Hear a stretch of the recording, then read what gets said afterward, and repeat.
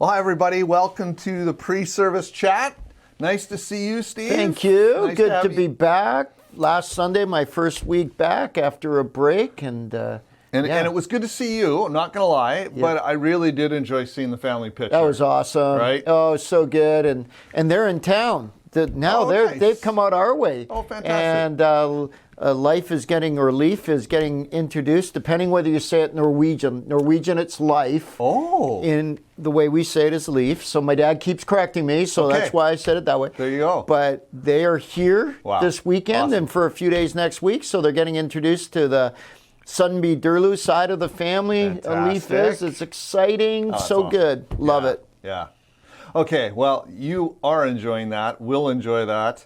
We need to talk about the fall. We need to talk about SBC and moving forward, and there's COVID things, and why don't you fill us in? Yeah, I mean, one of the questions we've been asked is, what is the fall going to look like? Yeah. Well, it's going to look different than we thought. I mean, in the spring when we were planning, we were thinking all of society would be in phase 4. We'd be wide open. People would get their kids back to school and be getting back into rhythms of church and sports and other things. And that's not happening. So, you know, as we anticipated where people were at, the survey we sent out, thank you so much for your responses to the survey. It's been great. We got some really good feedback. And throughout all the responses that were written, there's 2 words that really sum it up: hesitant and cautious. Okay. People are not wanting to jump back in. I think especially families are going to want to see how school goes first and then slowly add into that. Right. And we totally get it. We totally respect it. It's obviously going to change some of the planning we had in mind. But, you know, I think it's really summed up. One person said this: we're committed to SBC whether we attend in person or not. And I think that's generally the take out there. It's just people are hesitant and cautious, and we get it. Someone did ask a good question, though, on the survey that I'll just answer right here, and it's, what are we doing to protect people from COVID? And one of the other comments was there was sort of a suggestion that we're not following public health orders regarding masks. So let me really clear that up. We have been committed since the very beginning of this to follow all public health orders that are given to churches. We want to be in line. We want to work for the common good and work alongside the health officials. And so we've been following all public health orders, and we will continue to do so. When it comes to mandatory masks inside, churches are exempt. And we're one of the few organizations that are exempt. But churches and other faith communities are exempt from the indoor mask mandate. Our stance here is at Saanich is on a Sunday, staff are wearing masks. We recommend people wear masks, but we're not mandating people wear masks. We'd also encourage people to get vaccinated, but we won't, because actually the government's asked us not to enforce the vaccine passport here in churches. And so we won't be enforcing the vaccine passport here in churches either. Cool. That's helpful. Thank you. Because even outside of the survey, I've had people asking me about that. So Steve, back in the spring, you shared some thoughts and dreams and ideas about a future SBC. And although the future might not quite be what we thought, you still have that dream. We still have that dream. Could you share just a little bit about that? Yeah, I think we have a post-COVID vision. And I think the post-COVID vision, the future is the post-COVID vision. It may just not be coming as fast or as quickly as we anticipated because of COVID and what's going on. And we want to, again, work for the common good. But if you remember, and I'm going to be talking on and reminding everybody and reviewing for everybody our post-COVID vision on this Sunday and next Sunday. So September 12th, 19th, and then we're going to, on the 26th, be getting into a new series called Broken But Beautiful, looking at the church, which I'm really looking forward to. But the 6 key areas of our post-COVID vision involve microchurch, Sunday services, Serve the City initiatives, spiritual friendship clusters, Victoria Dream Center, and Living Edge. And again, I'm going to be speaking on this and fleshing it out more today and next week. But let me just highlight a couple together. That'd be awesome. I want to say a huge thank you to Paul and his team for Living Edge. They are doing a great job every Thursday night faithfully through COVID. So thank you everyone who is serving at Living Edge. Serve the city. We've got the Christmas edition coming up in November, but we just did Pack to School and Loving the Laces, and I know you got some stats. Yeah, so $7,500 was raised for Pack to School, which helped and blessed 250 kids. Wow. That's amazing. That's awesome. In the midst of all that, in the midst of the summer. And I think it happened within like 2 or 3 weeks. It was just so amazing. Of course, Loving the Laces, we were able to bless 30 or so kids. Wow, not awesome. With shoes and everything. So Shyla was so appreciative of all of you. And she got the real blessing of being able to work with One Up and those as well. So thank you, church. Yeah. Thank you.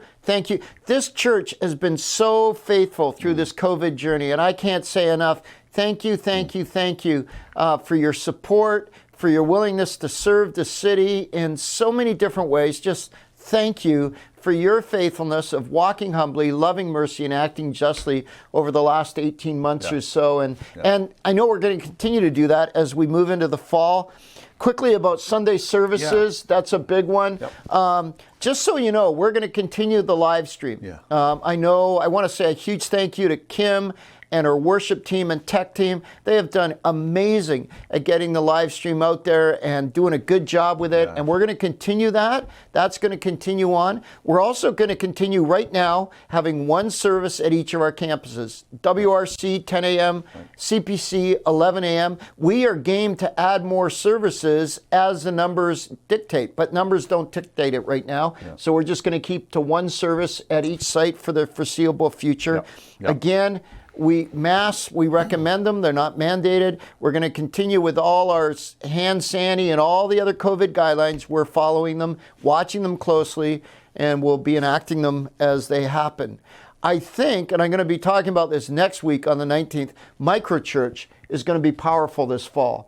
Because some people don't want to come into a big crowd where they don't know the people, but in a microchurch, you know the same people, you're gathering with the same people. Maybe give us a very quick microchurch update. Yeah, so, as we talked about things in the spring, a number of people were asking us questions, and some of what you might call early adopters have been really kind of leaning into it and thinking and planning and working. Some are already started.